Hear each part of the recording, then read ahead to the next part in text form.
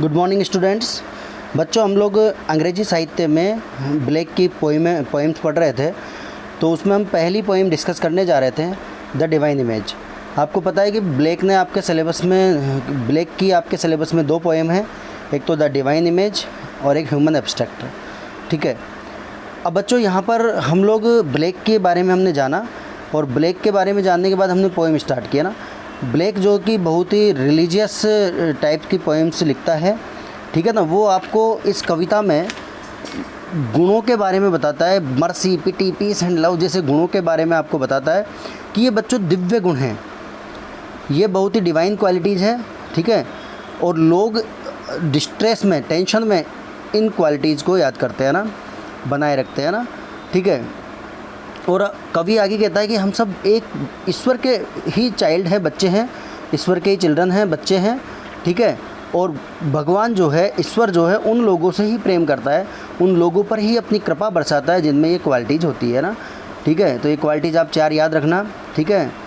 और इन्हीं क्वालिटी के कारण आदमी सच्चे अर्थों में मानव कहलाता है ना।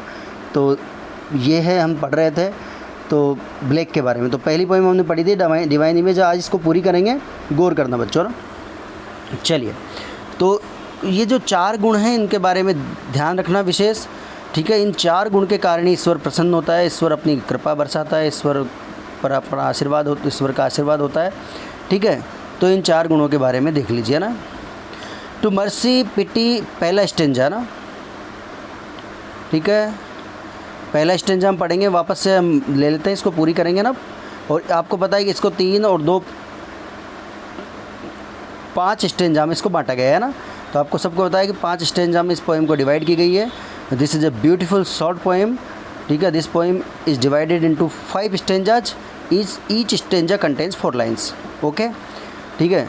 और this poem is about the qualities of mercy, pity, peace and love.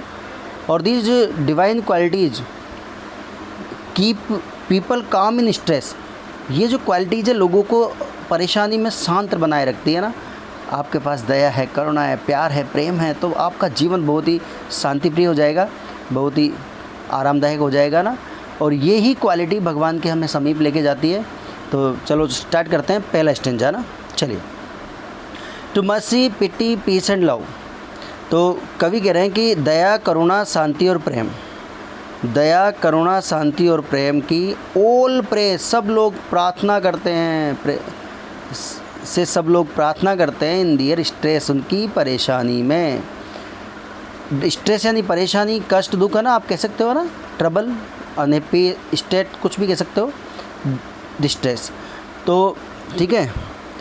To mercy, pity, peace and love, दया, करुणा, शांति और प्रेम से सभी प्रार्थना करते हैं इन दियर स्ट्रेस, उनकी परेशानी में, उनकी अनहैप्पी स्टेट में, उनके ट्रबल में, है ना, ठीक है। And to these virtues of delight, और खुशी के ये गुण और प्रसन्नतादायक के गुण, डिलाइट खुशी, जॉय, है ना, और प्रसन्नतादायक के गुण और प्रसन्नतादायक इन गुणों के प्रति रिटर्न हम लौटाते हैं, लोग लौटाते हैं दियट थैंकफुलनेस, उनकी कृतज्ञता को। और इन्हीं गुण, प्रसन्नतादायक गुणों के कारण, इन्हीं प्रसन्नतादायक गुणों के प्रति लोग जो है लौटाते हैं उनके धन्यवाद, भगवान को धन्यवाद देते हैं कि भगवान हमारा जीवन शांति में गुजर रहा है, आपका बहुत बहुत धन्यवाद, ठीक है ना। संकट हमारा टल गया, बहुत बहुत धन्यवाद आपको, है ना। तो और इस प्रसन्नतादायक गुणों के प्रति लोग कृतज्ञता ज्ञापित करते हैं ईश्वर को, है ना, कि ईश्वर हमारा जीवन इसी तरह बनाए रखना, दया, करुणा, शांति और प्रेम हमारे जीवन में भर देना, है ना।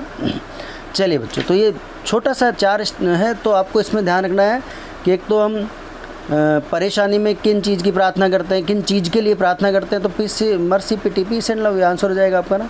या आप कह सकते हो प्रसन्नतादायक गुण कौन कौन से, यही 4 क्वेश्चन, यही 4 आंसर आ जाएंगे ना।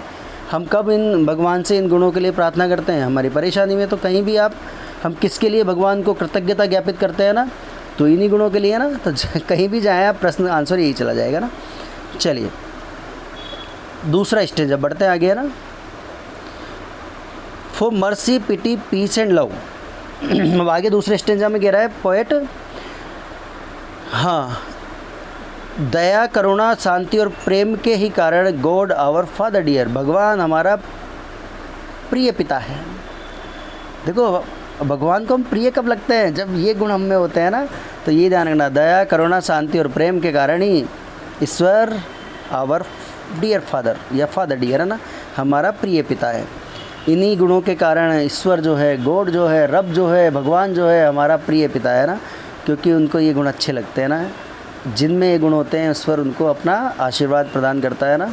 तो कह रहा है कि दया करुणा शांति और प्रेम के कारण ही is God of father dear, भगवान हमारा प्रिय पिता है। And mercy pity peace and love, और करुणा दया करुणा शांति और प्रेम के कारण ही इज़ मैन आदमी ही चाइल्ड एंड केयर, उसकी संतान और उसकी देखभाल के पात्र है, उसकी देखभाल में रहते हैं। और मर्सी पिटी पीस और लव के कारण ही आदमी उसका बच्चा है, उसकी संतान है, एंड केयर और उसकी देखभाल में रहता है ना। तो केयर यानी देखभाल में रहना। तो बच्चों यदि ये गुण आप में हैं तो आप सच्चे ईश्वर के बच्चे हैं, और फिर आपको ईश्वर अपनी कृपा में रखता है, अपनी देखरेख में रखता है, आपसे कोई भी गलत काम नहीं करवाने देता ना, अपनी सारी ऑब्जर्वेशन में गॉड रखता है ना। पर कब रखता है, जब आप में ये गुण होंगे, है ना। तो हम कह सकते हैं कि for mercy pity peace and love is God of father dear, कि हमारे प्रति दया करुणा शांति और प्रेम के कारण ईश्वर हमारा प्रिय पिता है, और दया करुणा शांति और प्रेम के कारण ही मनुष्य उसकी संतान है, एंड केयर और उसकी देखभाल में रहते हैं ना। ठीक है, तो वही व्यक्ति जिनमें ये गुण पाए जाते हैं वही व्यक्ति वास्तव में ईश्वर की कृपा के पात्र हैं। ठीक है बच्चों, तो ये सेकंड स्टेंजा था ना। चलिए बढ़ते हैं थर्ड स्टेंजा की ओर। अब थर्ड स्टेंजा में कवि क्या कह रहा है ना, चलिए। For mercy as a human heart, ध्यान रखना ये इंपॉर्टेंट है, क्योंकि दया का हृदय मानवीय होता है। मर्सी क्या रखती है, मानवीय हृदय है ना। हाँ, दया क्या रखती है, मानवीय हृदय। दया का हृदय मानवीय होता है। भाई आप में दया है तो इसका मतलब आप मानव है, आप में दया है तो आप मानव है ना, क्योंकि मानव का हृदय क्योंकि दया का हृदय मानवीय होता है। पिटी ह्यूमन फेस, हाँ, और करुणा का चेहरा मानवीय होता है। करुणा एक मानवीय चेहरा होती है ना। और देखो इनको सबको बांट दिया, आप गौर करिएगा कि ह्यूमन हार्ट किसको कहा गया है, मर्सी को, ह्यूमन फेस पिटी को, है ना। तो ये ध्यान रखना। तो कह रहा है कि for mercy as a human heart, क्योंकि दया का हृदय मानवीय होता है, दया मानवीय हृदय रखती है, और करुणा मानवीय चेहरा है ना। तो मानवीय चेहरा क्या हो गई, पिटी करुणा, और मानवीय हार्ट मर्सी है ना। तो ध्यान रखना ना।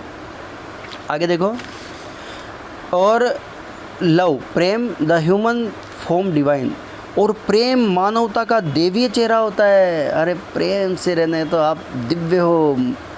और प्रेम ह्यूमन फॉर्म मानवीय रूप, दिव्यता का मानवीय रूप होता है ना, मानवीय चेहरा होता है ना। और प्रेम मानव का देवीय चेहरा होता है, देवीय चेहरा होता है ना। And peace the human dress, और बच्चों शांति मानवीय पोशाक होती है ना, और शांति मनुष्य की पोशाक होती है ना।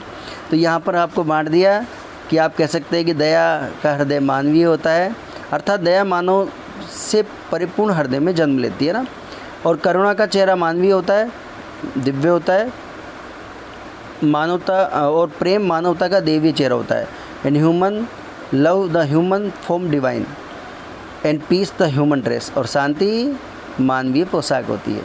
तो ये ध्यान रखना ना, इनको सबको बांट दिया था। आपसे पूछा कि ह्यूमन ड्रेस क्या होती है, पीस, और मानवीय रूप दिव्यता का मानवीय रूप क्या होता है, लव, और मानवीय चेहरा क्या है, दया, और मानव हर्ट मर्सी है ना। चलिए बच्चों, तो ये ध्यान रखना। अगला है चौथा स्टेंजा, चलते हैं आगे।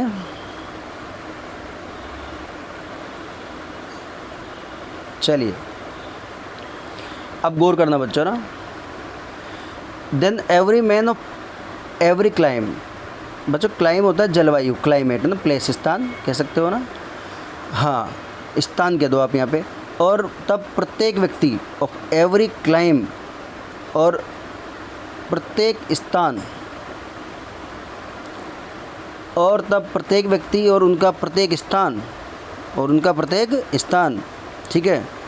That praise in this distress, जो उसकी परेशानी में प्रार्थना करते हैं, जो अपनी परेशानी में प्रार्थना करता है, जो मनुष्य अपनी परेशानी में क्या करता है, प्रार्थना करता है। Praise to the human form divine, और वो मानवीय दिव्य रूप के लिए प्रार्थना करता है। Love mercy pity and peace, प्रेम करुणा दया और शांति के लिए।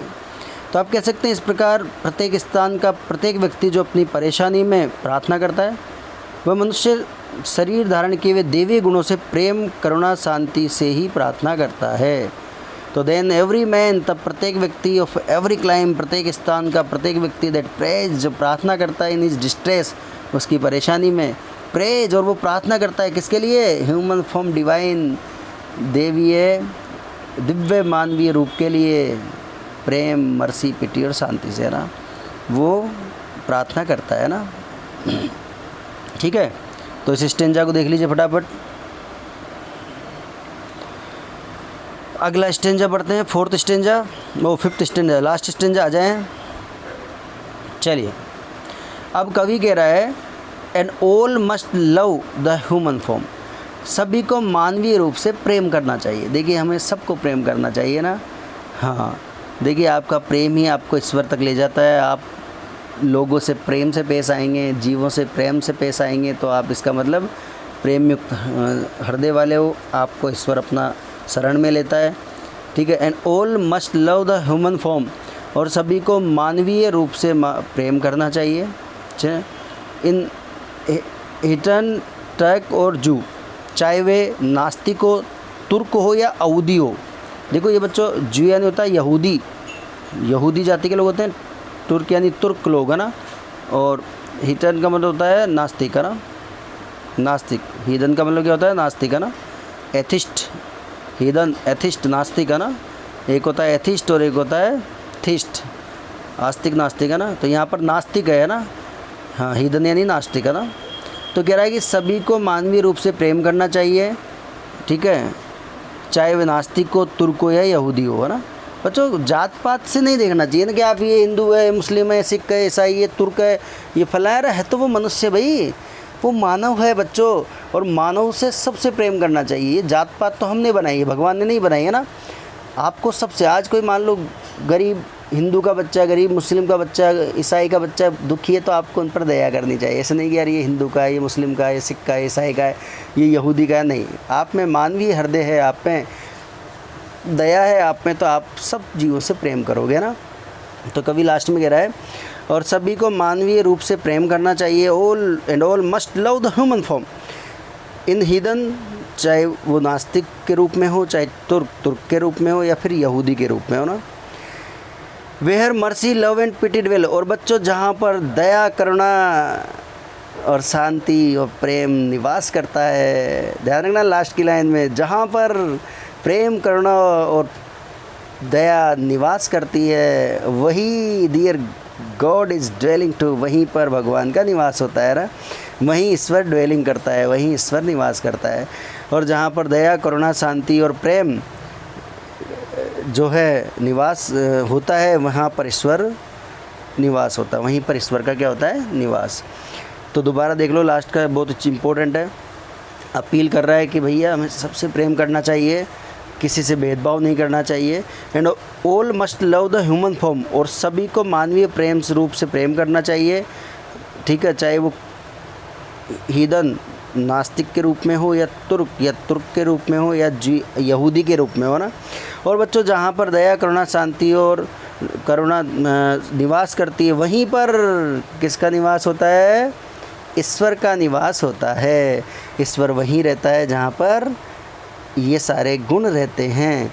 तो आप समझ गए होंगे कि ईश्वर का निवास स्थान कौन सी जगह पर होता है बच्चों? जहाँ पर लड़ाई झगड़े, किचकिच, एक दूसरे को नीचा दिखाना, एक दूसरे के बात को काटना ना, वहाँ पर यदि ऐसी स्थिति होती है तो वहाँ भगवान निवास नहीं करता है ना। जहाँ पर ईर्ष्या हो, द्वेष हो, ठीक है, वहाँ पर ईश्वर निवास नहीं करता। ईश्वर वहाँ निवास करता है जहाँ पर प्रेम, शांति, करुणा, दया हो। तो वहीं वो स्थान है जो भगवान का जो करता है ना। तो बच्चों, एक खूबसूरत सी रिलीजियस पोएम थी जो आपको बताया। आप इसको एक बार पढ़ लेना और इसके क्वेश्चन आंसर हम करेंगे, उसके बाद करेंगे। पहले हम दूसरी भी पढ़ेंगे ना, ह्यूमन एब्स्ट्रैक्ट, मानवीय मूर्त रूप या मानवीय कल्पना ना, तो इसको हम पढ़ेंगे। तो आप पहले इसको देख लेना, ये रिलेटेड है सारी, है ना, दूसरी से रिलेटेड है, हमने उसको देखा ही। तो इसको सारे स्टेंजा को आप क्लियर कर लेना, उसके बाद हम आगे बढ़ेंगे ना। तो हम अगली पोएम, यहाँ 5 स्टेंजा में ये पोएम बटी हुई थी जो आपने देखी, 5 स्टेंजा को आपने देख लिया है, तो उसको गौर से पढ़ना ना, ठीक है बच्चों। और आराम से इसको समझना है, एक एक वर्ड याद करना ना, कहाँ पर क्या वर्ड आ रहा है ना, तो मैंने आपको बोल दिया, एक बार वीडियो चला के तुरंत लिख लिया करो। मैं बार बार बोल देता हूँ, ईदन यानी नास्तिक, तुर्क यानी तुर्की लोग, जी यानी यहूदी लोग है ना, ड्वेल यानी निवास, ड्वेलिंग यानी निवास है ना, निवास करते हैं ना। तो कई सारे वर्ड हैं, क्लाइम यानी क्लाइमेट है ना, स्थान। ठीक है बच्चों, ओके, मिलते हैं फिर कल। Okay bye. ठीक है बच्चों।